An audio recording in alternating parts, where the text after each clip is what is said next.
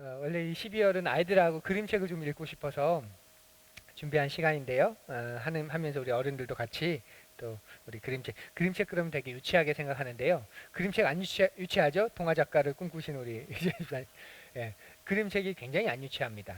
그 여운이 있습니다. 그림책이 여운과 여백 생각할 수 있는 그래서 그런 좋은 그림책들을 좀 생각해 보는데요. 오늘은 그 마르가리트 할머니의 크리스마스 제가 전에도 한번 이 책을 가지고 우리 아이들하고는 한번 이야기를 나눴던 기억이 있습니다. 마르게리트 할머니의 크리스마스. 이 시간적인 배경은 크리스마스이겠죠. 그리고 이 표지를 보시면 저기 보이는 저 할머님이 마르게리트 할머니입니다. 이 그림책의 주인공이고 그 할머니가 들고 계신 저게 이제 우리가 흔히 스노우볼이라고 말하죠. 아주 예쁜 이게 흔들면 안에 이제 눈이 막 이렇게 눈송이들이 돌아가면서 음악도 나오기도 하고 환하게 이제 비추는 그런 예쁜 그런 건데 이 책의 내용은 이 할머니가 이 스노우볼을 깨뜨리고 나오는 겁니다. 이 스노우볼 안에 저 아름답고 안전하고 좋은 저 공간에 갇혀 있던 할머니가 이제 크리스마스를 나오는 그런 이야기에 대한 것인데요. 크리스마스를 우리가 맞이하면서 좀 생각해 볼 만한 그런 또 좋은 인사이트가 있는 책입니다. 자, 우리 이 책을 먼저 좀 짧게 읽어드리면요. 배경이 이런 하얀 눈이 소복히 내린 크리스마스 즈음입니다. 이렇게 크리스마스 그 집들이 있고요. 그 속에 보면 왼편에 마르게리트 할머니의 집이 있습니다. 이 책은 이렇게 시작합니다. 마르게리트 고댕 할머니는 밖에 나가고 싶지 않아요. 그래서 할머니는 저 안에서 이제 밖을 바라보는 분이죠. 크리스마스를 싫어하는 건 아니에요. 아니에요. 그 반대예요. 할머니는 온 정성을 다해 집을 꾸미기도 했는걸요. 그게 작년이었나? 재작년이었나? 정확히는 모르겠어요. 할머니의 기억이 장난을 쳐서 말이에요.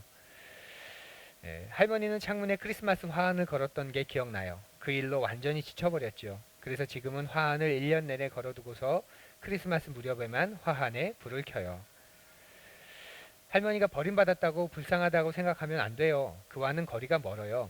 할머니에게는 2명의 자식과 손주들이 있어요. 하지만 가족이 다 모이는 크리스마스 파티는 피곤해요. 할머니도 해마다 좀 노력해야 한다고 생각해요. 할머니 없이 크리스마스를 보내며 죄책감을 느끼는 자식들을 생각해서라도요. 자식들은 혼자 크리스마스를 보내도 괜찮다는 할머니의 말을 믿지 않는 것 같아요. 그러니까 이 마르게리타 할머니는 성탄절을 혼자 보냅니다. 혼자 보내는 게 좋아서 그렇게 보내는 거. 외로워서가 아니고 쓸쓸해서도 아니고 누구 다른 사람과 문제가 있어서도 아니고 그냥 크리스마스를 혼자 집에서 조용히 편하게 보내고 싶어서 그런 겁니다. 마르게리타 할머니는 자식들에게 늘 같은 말을 되풀이해요. 너희들끼리 재밌게 놀아. 좋은 시간 보내. 내 걱정은 하지 마. 나도 즐겁게 보낼 테니.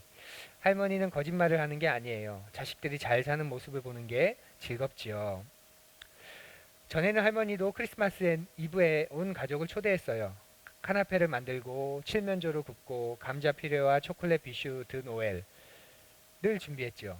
모두가 할머니의 맛난 요리를 좋아했어요. 그래서 할머니도 무척 뿌듯했지요. 그런데 할머니의 손이 떨리기 시작했어요. 가족들은 파킨슨 병이 아니라고 안심시켰어요. 다만 할머니의 몸이 늙은 것이지요. 그 사실은 더 위로가 되지 않았어요. 할머니는 가슴 아파하며 요리를 그만두었어요. 원래 할머니는 크리스마스를 되게 파티처럼 열었었던 분인데 이제 몸이 늙어가면서 손이 흔들리면서 이제 조금씩 겁이 나기 시작합니다. 네. 시간이 좀 흘러 남편이 세상을 떠났어요. 지난 60년 동안 사랑했던 사람이요. 그 사랑이 내내 쉬웠던 건 아니에요. 세상을 떠나기 몇 해 전 남편이 치매에 걸렸거든요. 하지만 이따금 할머니의 기억에 구멍이 나도 할머니가 남편을 사랑하지 않는 날은 기억나지 않아요. 오랜 단짝 오닐 브루드도 세상을 떠났어요. 그녀의 장례식에서 마르게리트 할머니는 관에 누인 친구의 몸을 만지다가 추억 하나가 떠올랐어요. 둘은 사춘기 때 나중에 크면 군인과 결혼하고 서로의 아이에게 대모가 되어주기로 약속했지요. 둘 다 군인과 결혼하진 않았지만 첫 아이의 대모가 되어 주었지요. 그 다음은 오빠인 아르노 차례였어요. 뒤이어 이웃집 루시엔 코르베이 할머니도 또 지젤 브루크, 제노필 라브아, 세실 빌레브, 자크 레베크, 이멜다 데센 할머니의 삶의 한 부분이던 사람들이 세상을 떠났어요. 삶은 그렇게 흘러가지요. 이제 곧 할머니 차례도 올 거예요. 그러니까 할머니가 크리스마스를 즐기지 않게 된 배경에는 두려움이 생기기 시작했던 거예요. 이제 몸이 늙어가면서 전처럼 크리스마스 준비하지 못하는 두려움이 생겼고, 그런 모습을 보이고 싶지 않은 두려움도 생겼고, 사랑하던 사람들이 먼저 하나하나 떠나는 모습을 보면서 이제 그런 기쁨들, 그런 크리스마스의 즐거움들이 이제 크게 여겨지지 않게 된 거예요. 어느 아침 할머니는 화장실에 가려고 서너 발자국 좀 옮기다가 그 사실을 깨달았어요. 몇 년 전부터 몸을 움직이기가 점점 힘들었어요. 운동을 좋아한 적이 없어서 그저 게으름 탓이라고 여겼어요. 하지만 빨리 걸으려고 하면 뼈마디가 욱신거렸어요. 할머니는 몸이 늙어서 마음처럼 따라주지 않는다는 것을 알았어요. 주변 사람들에게 걱정을 끼치지 않으려고 아무에게도 말하지 않았지만 할머니는 몸이 예전만 못하다는 생각을 떨칠 수 없었어요. 그래서 더 이상 외출하지 않아요. 나갔다가 돌아오지 못하면 큰일 나잖아요. 그래서 집안이 가장 안전한 곳이 됩니다. 또 밖은 위험과 같은 말이지요. 밖에 나가면 미끄러질 수 있잖아요. 감기에 걸릴 수도 있고요. 횡단보도를 건너다가 너무 급히 달려오는 차에 치일지도 몰라요. 가방을 소매치기 당하거나 힘없는 노인을 노리는 강도를 만날 수도 있지요. 그런데 집은 괜찮아요. 그래서 할머니는 집이 좋아요. 곳곳에 추억이 어려 있고 익숙한 냄새가 배어 있어서 위안이 되고 조금도 위험하지 않으니까요. 그리고 할머니는 혼자서도 잘 지내요. 매주 배달부가 냉동식품을 가져오고 미용사가 와서 머리를 감기며 가정부가 집안일을 하고 간호사가 와서 혈압을 재고 이웃집 젊은이가 집 앞 눈을 치워주고 간단한 심부름도 해줘요. 이따금 자식들이 외출을 하라고 권해요. 할머니는 집에서 자식들을 맞이하는 게 더 좋아요. 자식들은 언제나 환영이지요. 의사 선생님도 외출을 하고 운동을 하라고 권했어요. 고된 부인 도움이 될 겁니다. 움직여야 혈액순환도 잘 돼요. 의사 선생님이 힘주어 말했어요. 요즘 할머니는 의사 선생님의 충고대로 거실과 부엌 사이를 좀 더 자주 왔다 갔다 해요. 의사 선생님의 말은 늘 잘 들어야 하지요. 아무리 주변에서 얘기해도 할머니는 집 밖을 나가지 않아요. 왜냐하면 바깥은 위험한 곳이니까. 이 안이 내에게 가장 편한 곳, 안전한 곳이니까 이 안에서 머무르기로 결정을 했어요. 자정 미사에 가지 못한 첫 해에는 죄책감이 밀려왔어요. 할머니는 성당을 다녔는데 처음에는 크리스마스 때 예배를 다녔는데 지금은 다니지 않아요. 그래서 처음에는 죄책감이 밀려왔어요. 하지만 성당은 집에서 멀고 성당 앞 광장까지는 올라가야 할 계단이 15개쯤 돼요. 할머니 이제껏 82번의 자정 미사를 보며 자신의 믿음과 존경심을 증명했고 아기 예수님의 탄생 이야기도 충분히 안다고 생각했어요. 그 후로 성당에 가지 않기로 한 결정에 거리낌이 없어졌어요. 내가 82번이나 자정미사를 봐줬는데 그죠?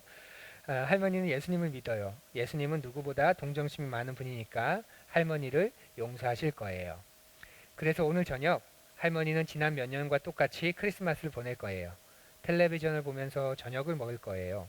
텔레비전 방송 편성표를 꼼꼼히 읽고 몇몇 흥미로운 크리스마스 특집 방송에 연필로 동그라미를 쳤어요. 며칠 전부터 오늘 저녁을 얼마나 기다렸는지 몰라요. 마르게리타 할머니는 커튼을 쳤어요. 할머니는 자주 이웃집을 엿봐서 동네 사람들도 할머니처럼 엿본다는 걸 알아요. 할머니는 다른 집에서 일어나는 일을 구경하는 건 좋지만 남이 할머니 집에서 일어나는 일을 아는 건 싫어요. 할머니는 느린 걸음으로 부엌으로 갔어요. 찍찍찍 바닥에 끌리는 실내화 소리가 귀에 거슬렸어요. 하지만 미끄럼 방지 실내화를 신어야 해요. 그렇지 않으면 미끄러지고 다칠 수 있어요. 리타 베이유처럼요. 넘어지면 혼자 일어설 수 없을 거예요. 누군가 발견할 때까지. 며칠이나 바닥에 누워 있어야 할까요? 누가 발견할까요? 미용사, 배달부와 이웃집 젊은이는 열쇠가 없어서 할머니가 문을 열어주지 않으면 되돌아갈 거예요. 아무래도 자식들이 찾아내겠지요. 하지만 할머니는 자식들에게 매일 전화하지 않기 때문에 자식들이 걱정하며 찾을 때까지는 며칠, 어쩌면 일주일이나 걸릴지 몰라요. 그러다 굶어 죽을지도 몰라요.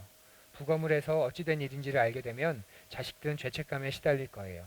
할머니는 자식들에게 이런 모든 걱정을 끼치고 싶지 않아요. 귀에 거슬리는 실내화 소리를 견디는 게 더 나아요. 그렇게 할머니는 오늘도 이번 크리스마스도 집에서 혼자 조용히 텔레비전을 보면서 편하게 그렇게 자유롭게 지내기로 결정을 했어요. 그래서 크리스마스를 보낼 음식과 식료품들을 준비했죠. 그리고 혼자 자축했어요. 그런데 끼쾅 하는 소리가 집 밖에서 들렸어요. 그리고는 띵동 누군가가 초인종을 눌렀어요. 할머니는 기다리는 사람이 없어요. 그래서 심장이 세차게 쿵쾅거리기 시작했지요. 불길한 생각에 휩싸였어요. 이제 할머니 차례가 된 거예요.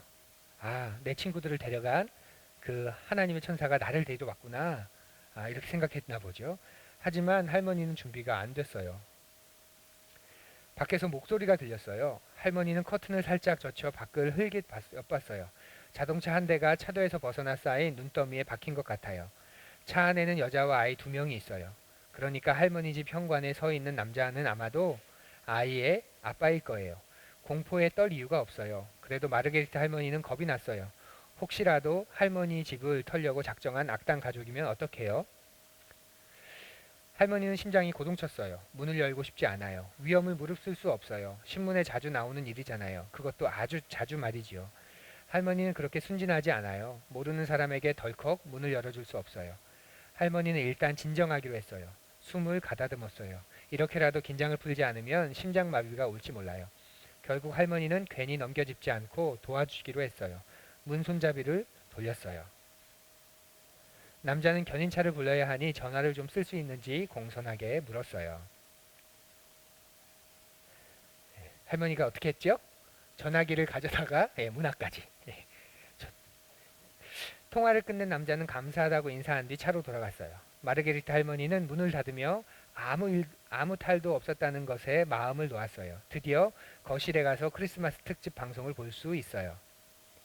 그런데 또 소리가 들렸어요. 가만히 들어보니 찬송가 소리예요. 할머니는 자리에서 일어나 밖에 무슨 일이 있는지 살폈어요. 할머니는 근시인데도 선물을 풀면서 행복한 미소를 짓는 아이들을 보았어요. 이 낯선 가족은 견인차가 올 때까지 차 안에서 크리스마스를 즐기기로 했나 봐요. 마르게리타 할머니는 콜롬보가 된 기분이 들었어요. 콜롬보는 할머니가 한 회도 빼먹지 않고 보는 추억 드라마에 나오는 형사예요. 할머니는 이렇게 쉽게 사건을 풀어낸 자신의 능력에 뿌듯했어요. 띵동! 할머니는 한숨을 쉬며 다시 현관으로 갔어요. 오늘 저녁에는 의사 선생님도 할머니가 너무 운동을 안 한다고 나무라지 못할 거예요. 엄마와 여자아이가 현관에 서서 화장실을 써도 되느냐고 물었어요. 기어이 할머니가 현관문을 열게 하려는 악당들의 꿍꿍이일까요? 하지만 아이의 얼굴을 보자 그 말이 진짜라는 걸 알 수 있었어요. 할머니도 겪어봐서 참을 수 없이 마려운 기분을 잘 알거든요. 꼭 어렸을 때뿐 아니라 사실 최근에도 몇 번 겪었어요. 이따금 참기 힘들어요. 누군가에게 들키면 아주 창피할 거예요. 할머니는 도어 체인을 걷고 여자아이를 들어오게 했어요. 엄마도 같이요. 할머니는 아이에게 화장실 방향을 알려주었어요. 아이의 외투에서 떨어진 눈이 화장실까지 자국을 내는 걸 쳐다보는데 아이 엄마가 집이 좋다고 칭찬했어요. 마르게리타 할머니는 그 말이 듣기 좋았어요. 꼬마를 들였더니 집안이 어떻게 됐죠? 지저분해지기 시작했어요. 그죠? 여자아이는 금방 돌아왔어요. 오다가 저도 모르게 꽃병을 툭 쳤어요. 하지만 아이의 엄마가 재빨리 붙들어 제자리에 올려놓았지요. 엄마는 폐를 끼쳐 죄송하다며 딸에게도 감사 인사를 하라고 했어요. 여자아이와 엄마가 떠나고 할머니는 안도의 숨을 내쉬었어요. 영화는 점점 재미없었어요. 급작스레 차에 불이 꺼지고 음악 소리도 끊겼어요. 마르게리타 할머니는 무슨 일인지 궁금했어요. 차와 차에 탄 사람들을 살펴보려고 창문 밖으로 갔지만 잘 보이지 않았어요. 할머니는 예리한 추리력으로 차에 전기가 끊긴 거라는 결론을 내렸어요. 저 낯선 사람들이 구조되기를 바라면서 크리스마스를 보낸다고 생각하니 안쓰러웠어요. 저들에게 뭔가 특별한 것을 주고 싶었어요. 할머니가 드디어 집 밖을 나왔어요. 마르게타 할머니는 떠나는 그를 바라보며 빙긋이 미소를 지었어요. 저들은 절대로 모를 거예요. 뜻밖의 큰일에도 크리스마스를 즐기기로 마음먹은 자신들이 할머니에게 무엇을 가르쳐 주었는지. 할머니가 준비한 선물은 받지도 못하고 모른 채 차는 그냥 떠났어요. 할머니는 밖에 가만히 서 있었어요. 추위가 할머니의 살갗을 부드럽게 간질렀어요. 또다시 할머니의 기억에 구멍이 난 것 같아요. 아까 왜 그렇게 마음을 졸였는지 더 이상 기억나지 않거든요. 할머니는 죽음을 두려워했지만 정작 할머니가 두려워한 건 삶이었어요. 자, 마르게리타 할머니의 크리스마스는 이렇게 끝이 납니다. 어떤 느낌이 드십니까? 이 그림책을 읽으면서 저는 두 가지 생각을 해봤습니다. 첫 번째는 급작스럽게 사고를 당한 이 차 기억나세요? 그런데 안에 안전하고 편안하고 안락한 곳에 있는 자기만의 세계에서 만족하고 있는 할머니가 딱 본 그 자동차 안은 어땠죠? 서로의 선물을 주고받으면서 굉장히 행복한 그런 크리스마스를 보내는, 그러니까 원치 않는 사고, 당혹스러운 사고, 갑작스러운 사고를 당했는데도 그것을 개의치 않고 자기들이 준비한 선물을 나누면서 즐거운 크리스마스를 보내는 이 차 안의 모습, 굉장히 감동적입니다. 우리 이럴 수 있구나. 사고가 당했다면 큰일 난 것처럼 생각하는데 그 속에서도 아무렇지도 않다는 듯이 그 사실을 인정하면서도 그 속에서 기쁨과 즐거움을 갖고 살 수 있는 그런 모습이 이 책을 보면서 다시 제 마음에 느껴졌습니다. 근데 또 한 가지 가장 더 큰 이 그림책을 통해서 주어진 생각은 뭐냐면요. 마르게트 할머니가 어떻게 변했죠?